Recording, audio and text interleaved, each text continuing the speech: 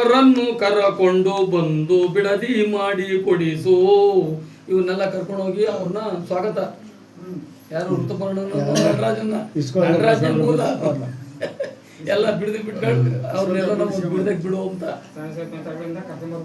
ಇಂತೆಂದು ಮಗಳ ಮಾತಿಗೆ ಮಂತ್ರಿ ಮನೆಯರ ಒಳಗೊಂಡು ತಾಳ ಮೇಳ ನಗಾರಿ ನೌಬತ್ತಿನಿಂದ ಸಕಲ ರಾಣಿಯರು ಸಹ ಎದುರುಗೊಂಡು ಹೋಗಿ ಕರೆದುಕೊಂಡು ಬಂದು ಬಿಡದಿಯಂ ತೋರಲು ಋತುಪರ್ಣನು ಆ ಬಿಡದಿಗಳು ಇರುತ್ತಿರ್ದನದಂತೆಯೇ ಒಂದು ಬಿಡದಿ ಕೊಟ್ಟರು ಕರ್ಕೊಂಬಂದೇನೋ ಅದು ಇದು ತಾಳ ಮೇಳ ಕರ್ಕೊಂಬಂದ್ರು ಹಾಗೆ ಕರ್ಕೊಂಬಂದ್ರು ಒಂದು ಬಿಡದಿ ಅಂದರೆ ಅವ್ನಿರೋ ಜಾಗ ಕೊಟ್ಟರು.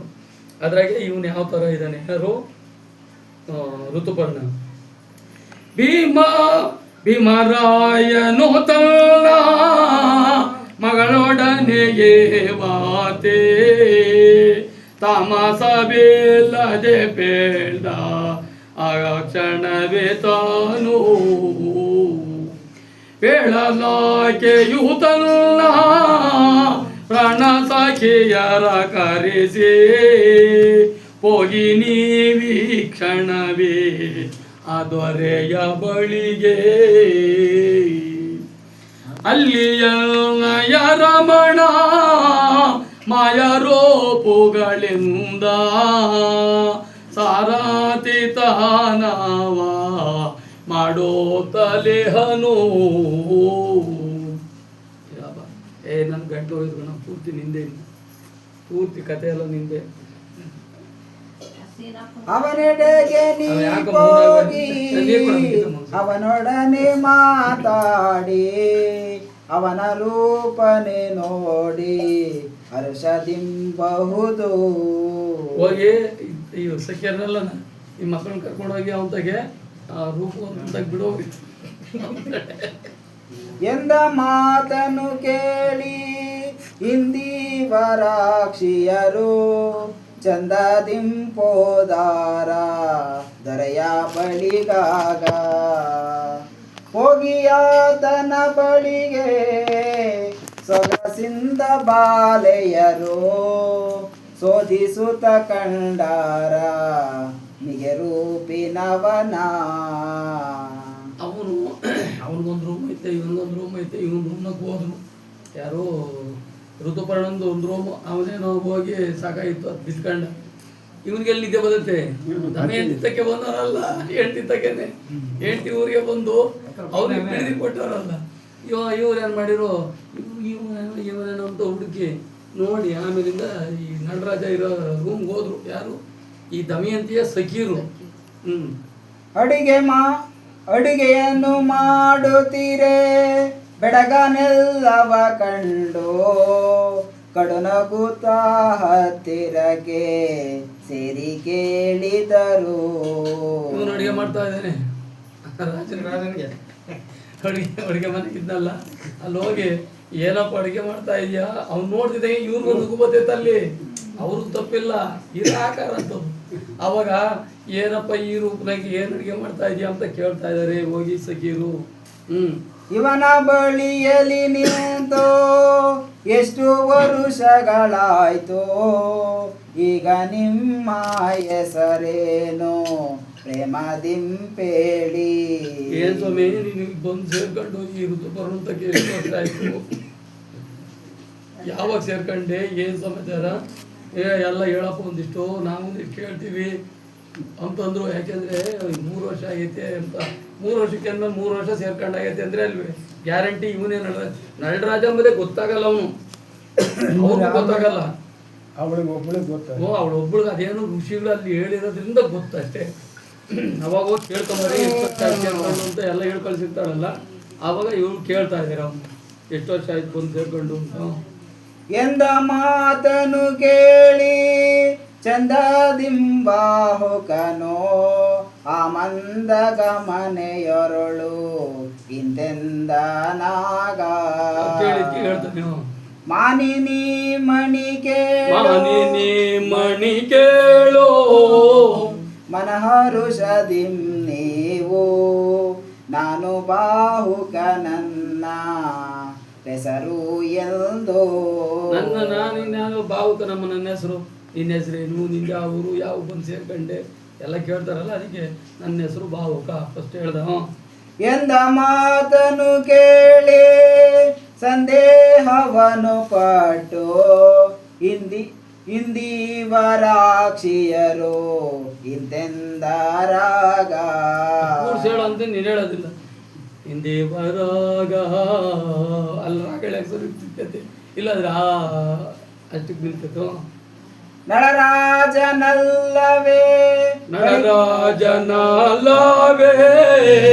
ಬಳಿಕ ಋತುಪರ್ಣ ಬಳಿಯ ನೋಡು, ಬಳಿಕ ಋತುಪರ್ಣನ ಬಳಿಗಿಲ್ಲರೇ ನಿನ್ನ ವಾರ್ತೆಯನ್ನು ಕೇಳಿದ ಮಯಂದೇ ದೊರಭೀಮರಾಯನು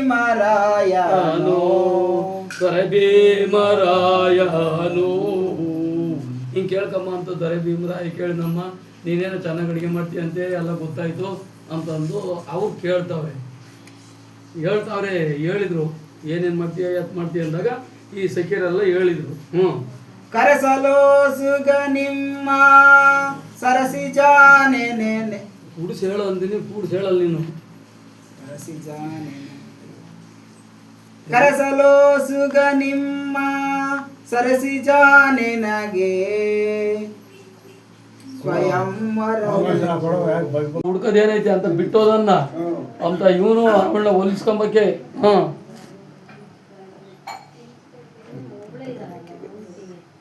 ಅಡವಿಯಲ್ಲಿ ನೀನಿಂತು ಆಗ ಚಾಟ್ಲುಗಳ ಬಿದ್ದು ತಡಕಲೇತಕ್ಕೆ ನಿನ್ನ ಬಗೆಯಾದೆ ನರನ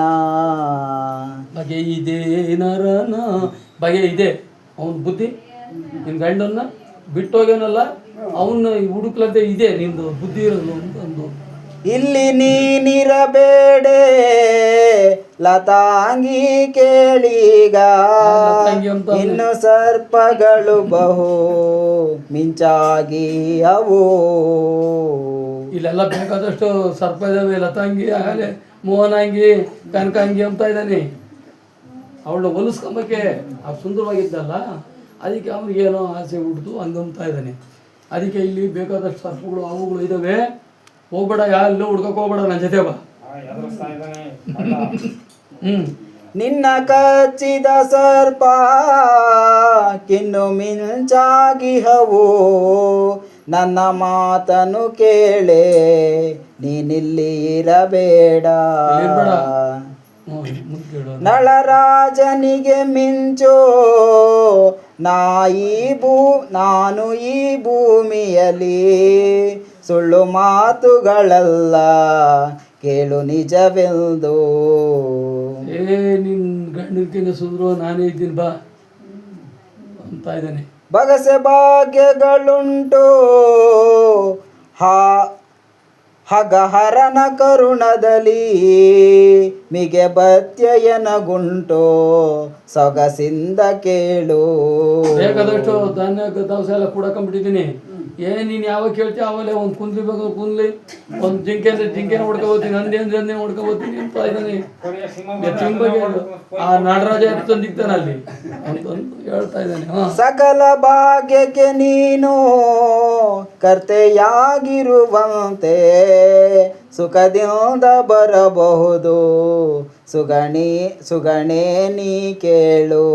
ಸುಗಣೆ ನೀ ಕೇಳು, ಅಲ್ಲಿ ಸುಖವಾಗಿರ್ಬೋದು. ನೀನೇ ರಾಜ್ಯಭಾರ, ನಮ್ಮ ಮನೆಗೆ ನೀನೇ ಯಜಮಾನಿ, ನೀನು ಹೆಂಗೆ ಬೇಕು ಹಂಗಿರ್ಬೋದು, ನಿನ್ಗಂತ ಫ್ರೀಡಮ್ ಕೊಟ್ಬಿಡ್ತೀನಿ ಅಂತ ಹೇಳ್ತಾವೆ. ನಾರಿಯೇ ಊರು ಸೇರಿ ನೋಡಲು ಪಟ್ಟ ಕಾರು ಮಡುವಾಗಿಹುದು ನಾರಿ ನೀ ಕೇಳು. ಇಲ್ಲಿ ಏನಿಲ್ಲ, ಕಾರ್ ಮಾಡೋಕ್ಕೋದಂಗೆ ಇರೋದು ಕಾಡು. ಇಲ್ಲೇನು ಹತ್ತೋಗುತ್ತೆ ನಿಂತೋಗ್ತೀನಿಲ್ಲ, ಒಂದೇ ದಾರಿಗೆ ಹೋಗ್ಬೇಕು. ಒಂದಾಗ ಬಂತು ಅಂದರೆ ನೀನು ಇನ್ನೇ ಹತ್ತೋಗ್ತೀನಿ, ಹತ್ತು ಕಡೆಗೆ ಹೋಗಿ ಪಾದಿಗಳು ಅದೇ ದಾರಿಗೆ ಹೋಗ್ಬೇಕು, ಕಾಲು ದಾರಿಗೇನೆ. ಅಲ್ಲಿ ನಾವು ಮನೆ ಕಾಣುತ್ತೆ ಅಂದರೆ ನೀನು ಹೆಜ್ಜೆ ಇಕ್ಕಾಗಲ್ಲ ಅಂತ ಎದುರಿಸ್ತಾವನು.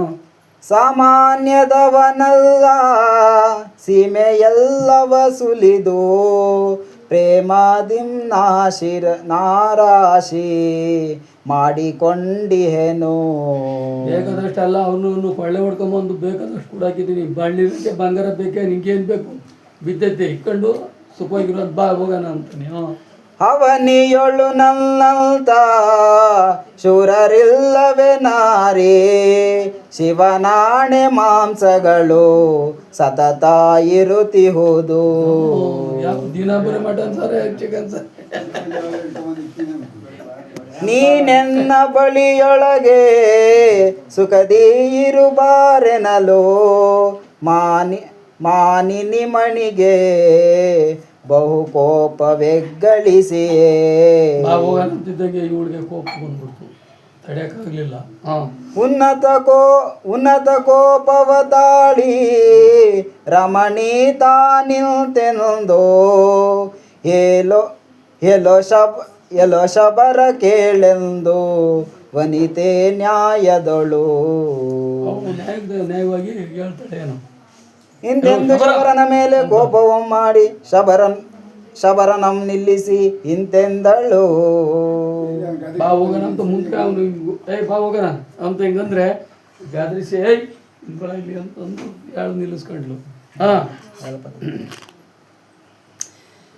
ನನ್ನ ನೀನು ಇಂತ ಓದು ಅಣ್ಣ ನಿನಗೆ ನ್ಯಾಯವಲ್ಲ.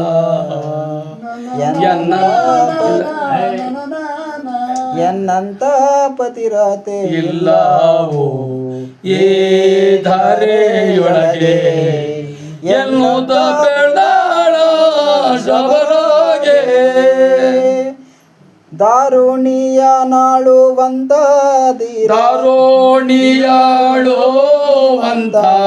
ತೀರ ನಾಳ ರಾಜನನ್ನು ಸೇರಿ ಕೈಯ ಪಿಡಿದ ನಾರಿಯನು ಇಂತ ಮಾತಾಡಿ ಘೋರ ಪಾತಕಕ್ಕೆ ಗುರಿಯಾಗುವರೇನೋ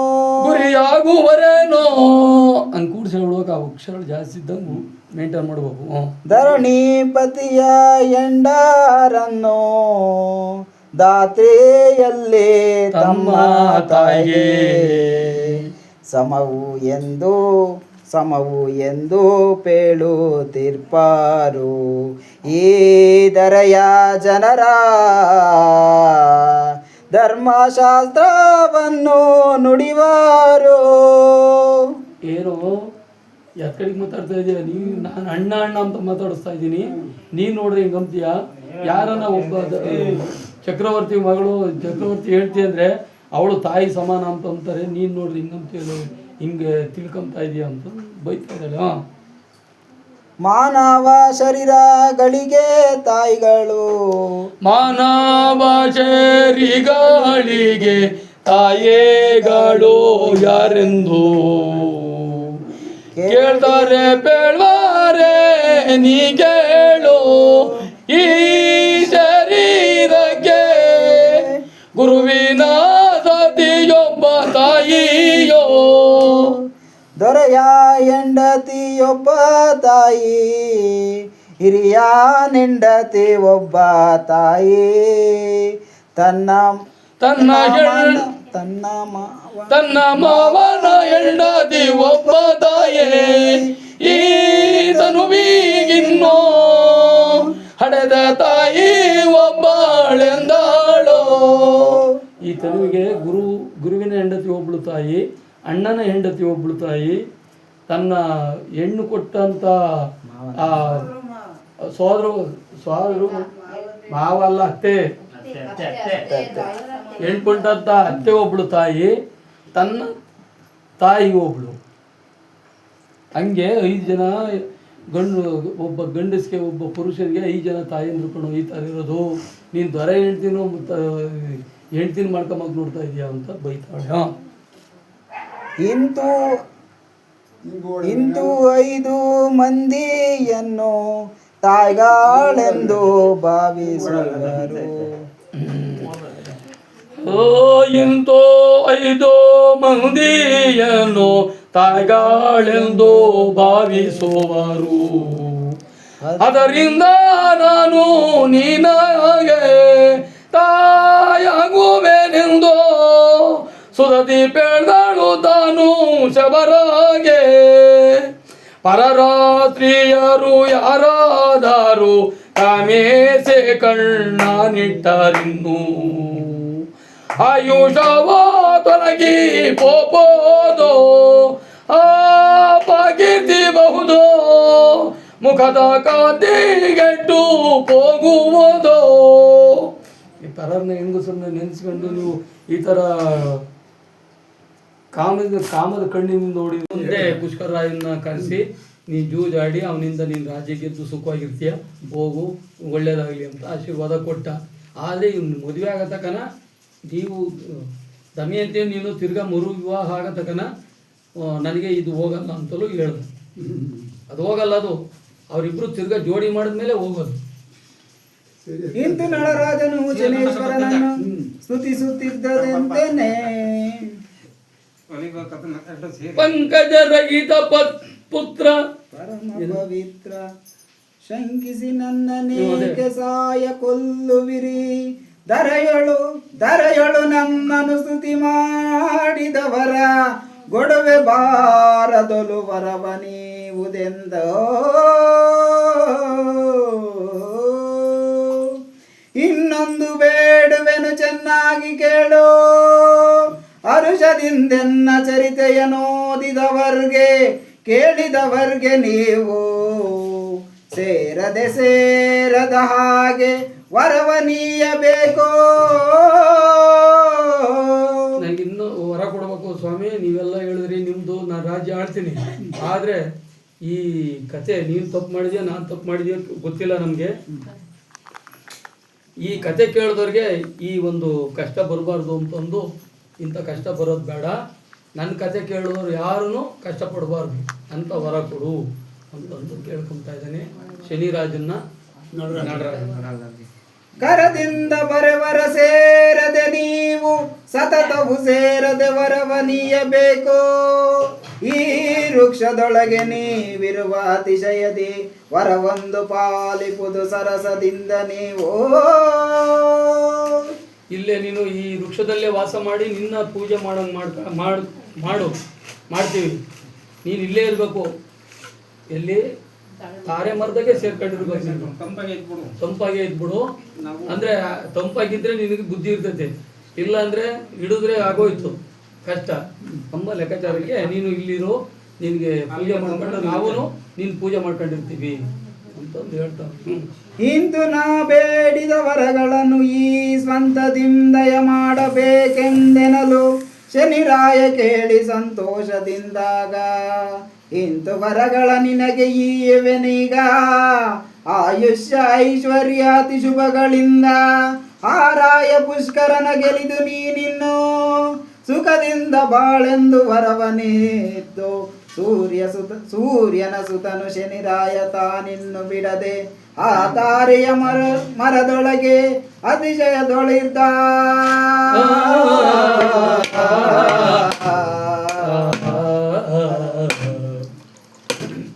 ಅವಾಗ ಆ ತಾರೆ ಮರದಾಗೆ ಸೇರ್ಕೊಂಡ್ಬಿಟ್ಟ ಅವನು. ಅಂದರೆ ನೀನು ಹೇಳ್ದಂಗೆಲ್ಲ ಆಗಲಪ್ಪ, ನಿನ್ನ ಕತೆ ಕೇಳಿದವ್ರಿಗೆ ನಾನು ಎಂದು ಬಾಧೆ ಕೊಡಲ್ಲ ಅಷ್ಟಾಗಿನು ಅಂತಂದು ಒಂದು ಅದಕ್ಕೆ ಈ ಕತೆ ಕೇಳಬೇಕು ಅಂತ ಹೇಳ್ತಾರೆ. ಇವಾಗ ನಾಯಿ ಕತೆ ಬಂದೈತೆ, ಇವೆಲ್ಲ ಸುಳ್ಳು ಅಂತಂತಾರೆ. ಏನು ಮಾಡೋಕ್ಕಾಗಲ್ಲ ಅಂತೆ. ಎಲ್ಲಿ ಯುಗ ರುಗ್ಧವಿರು ಅಲ್ಲಿಯೇ ನೀನಿರು ಜನಿಯೇ.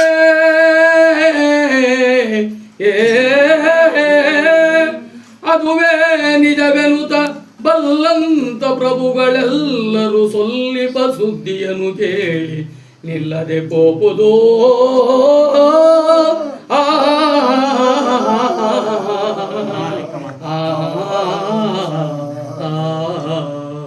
ಅದರಿಂದ ಅದೆಲ್ಲಿದ್ರು ಮರ ಅದ್ರ ಶನಿರಾಜ ಇರ್ತಾನೆ ಅಂತಲೇ ಅಲ್ಲೇ ಒಂದು ದೇವಸ್ಥಾನ ಕಟ್ತಾರೆ, ಇಲ್ಲೊಂದು ಫೋಟೋ ಇಕ್ತಾರೆ, ಇಲ್ಲಾಂದ್ರೆ ಪೂಜೆ ಮಾಡ್ತಾರೆ ಅಂತ ಇಲ್ಲಿ ನಡೀತಾ ಇದೆ ಅಂತ ಕವಿ ವರ್ಣನೆ ಮಾಡಿ ಹೇಳಿದ್ರೆ ಅಷ್ಟೇ ಅದನ್ನು.